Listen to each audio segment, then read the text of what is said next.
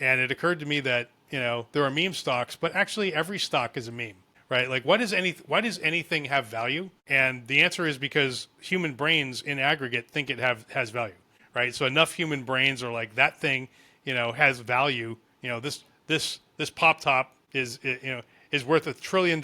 If enough people think it's worth $1 trillion, then it is worth $1 trillion. At a certain level, we're all just clapping for fairies out here. Like that. Why is anything real? Well, because there's enough people clapping for that fairy, right?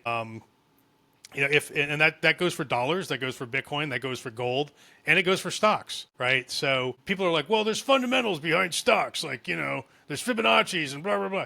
No, those are reasons. Those things cause the human belief, right? I'm not saying it's nothing, like, for example, if Tesla, we know there's an order coming up for 1 million cars from, I don't know, China or somebody. That is a fact which influences my perception of the value of Tesla, the company, right? So, but it doesn't actually cause the value.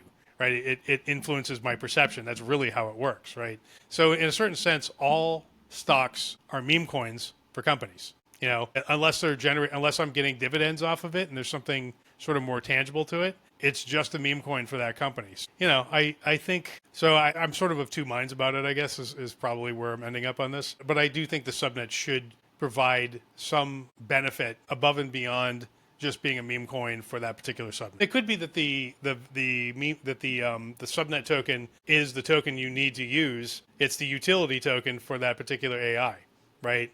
So you got to pay me in my token, which people now are like, oh, utility tokens didn't work. That was bullshit.